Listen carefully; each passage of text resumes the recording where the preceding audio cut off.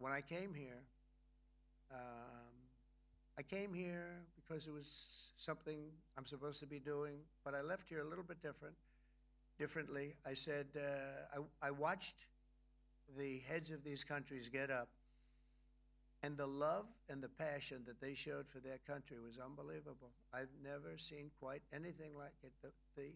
They want to protect their country, and they need the United States. And without the United States, it's not going to be the same. And you can ask Mark, or you can ask any of the people that were there. It was really moving to see it.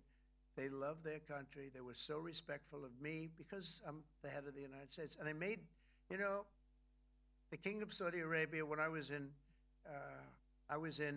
the Middle East, so I was in Qatar for a different reason, not a reason to get shot at.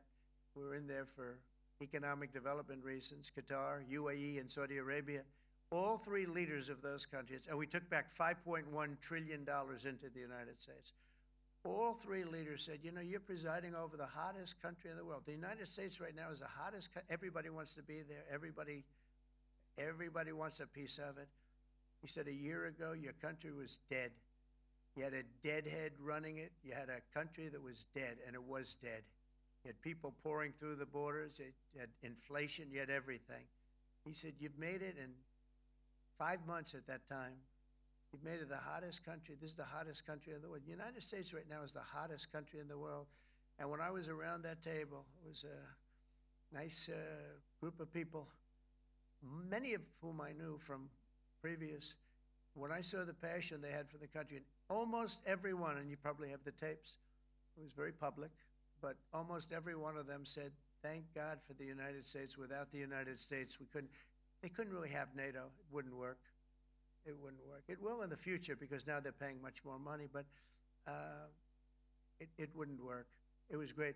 And I left here differently. I left here saying that these people really love their countries. It's not a ripoff, and we're here to help them protect their country.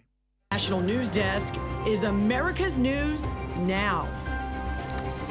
Breaking news this morning as President Trump continues his push for peace in the Middle East with help from our NATO allies. And thanks for joining us. I'm Jan Jeffcoat. It's Wednesday, June 25th. President Trump and the Netherlands right now talking with world leaders after they agreed to increase defense spending. Mark Boyle, following all the latest from the live desk. Mark, Trump set to speak in just a few moments. You see him walking out. We already heard from him earlier this morning. He said the U.S. military strikes were a success and did stop Iran's nuclear weapon ambitions. He was with Defense Secretary Hegseth and Secretary Marco Rubio, Jan. They were talking about the strikes in Iran were successful, no question, hard stop. The president confirming that this morning, just a short time ago. We carried that live about 30 minutes ago. Now, all this despite both Israel and Iran accusing each other of violating this ceasefire agreement. Yesterday's attack spurred a harsh reaction from the president, who again is in the Netherlands right now for the NATO summit. Some new video into the live desk we can show you right now. The president taking part in a roundtable discussion earlier this morning with world leaders. Today, he pushed for an increase in defense spending, 5% of their GDP. Specifically, he spoke in the Netherlands a short time ago and does believe the fighting between Iran and Israel will end. They're not going to be fighting each other. They've had it. They've had a big fight, like two kids in a schoolyard. You know, they fight like hell. You can't stop them. Let them fight for about 2-3 minutes. Then it's easier to stop them. And then Daddy has to sometimes use strong language. You have to use strong language. Every once in a while, you have to use a certain word. And turning to a couple live pictures for you this morning. First, the Western Wall in Jerusalem, and then Capitol Hill here to my left this morning. And this is where congressional leaders are going to have classified briefings of the escalating conflict. They've been postponed, but it's going to happen this week. The House and Senate separate briefings. We'll start with the House and then the Senate. And the Director of National Intelligence, Tulsi Gabbard, she's going to be giving that. CIA Director John Ratcliffe and also Joint Chiefs Chair Dan Kane. The Senate briefing set for tomorrow. The House will be scheduled for Friday.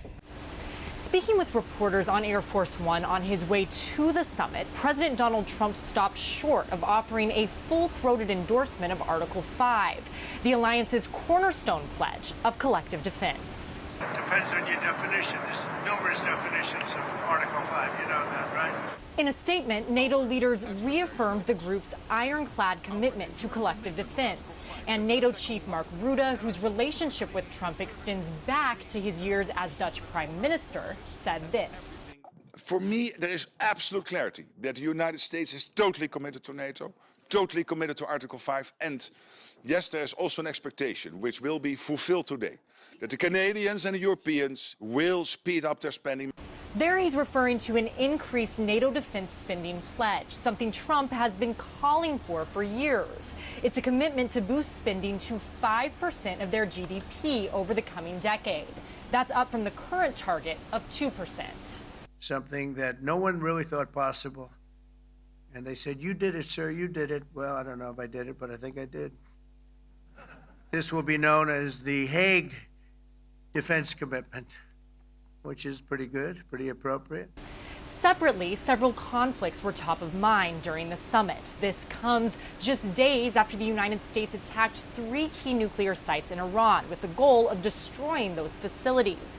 And as the war in Ukraine rages on, President Volodymyr Zelensky met with several leaders, including Trump, on the sidelines of the summit. At the White House, I'm Julia Benbrook. We call it the 12-day war. We think it's over. I don't think they're going to be going back at each other. I don't think so. President Donald Trump projecting confidence that Israel and Iran's ceasefire will hold and that targeted U.S. strikes successfully destroyed Iran's nuclear capabilities. We assess that the American strikes on Iran's nuclear facilities has set back Iran's ability to develop nuclear weapons for many years to come. Comparing the impact to World War II. Actually, if you look at Hiroshima, if you look at Nagasaki, you know, that ended a war too. This ended a war in a different way, but it was so devastating. This counters an initial U.S. intelligence assessment, described by sources briefed on it who say the U.S. strikes did not destroy core components of Iran's nuclear program and likely only set it back by months. Trump acknowledged the existence of the report, but dismissed it as preliminary and inconclusive. Since then, we've collected additional intelligence. We've also spoken to people who have seen the site, and the site is obliterated. And we think everything nuclear is down there. They didn't take it out. On Capitol Hill, agreement runs largely along partisan lines. Donald Trump has a long history of distorting and putting his own take on U.S. intelligence assessments, regardless of what it actually says. So you have the Iranians that are saying, look, we want to negotiate peace now. Obviously, we impacted their facilities. Trump confirmed today the U.S. will meet with Iran next week about a potential nuclear agreement, but has repeatedly said he doesn't feel that formality is necessary. I'm Laura Aguirre reporting.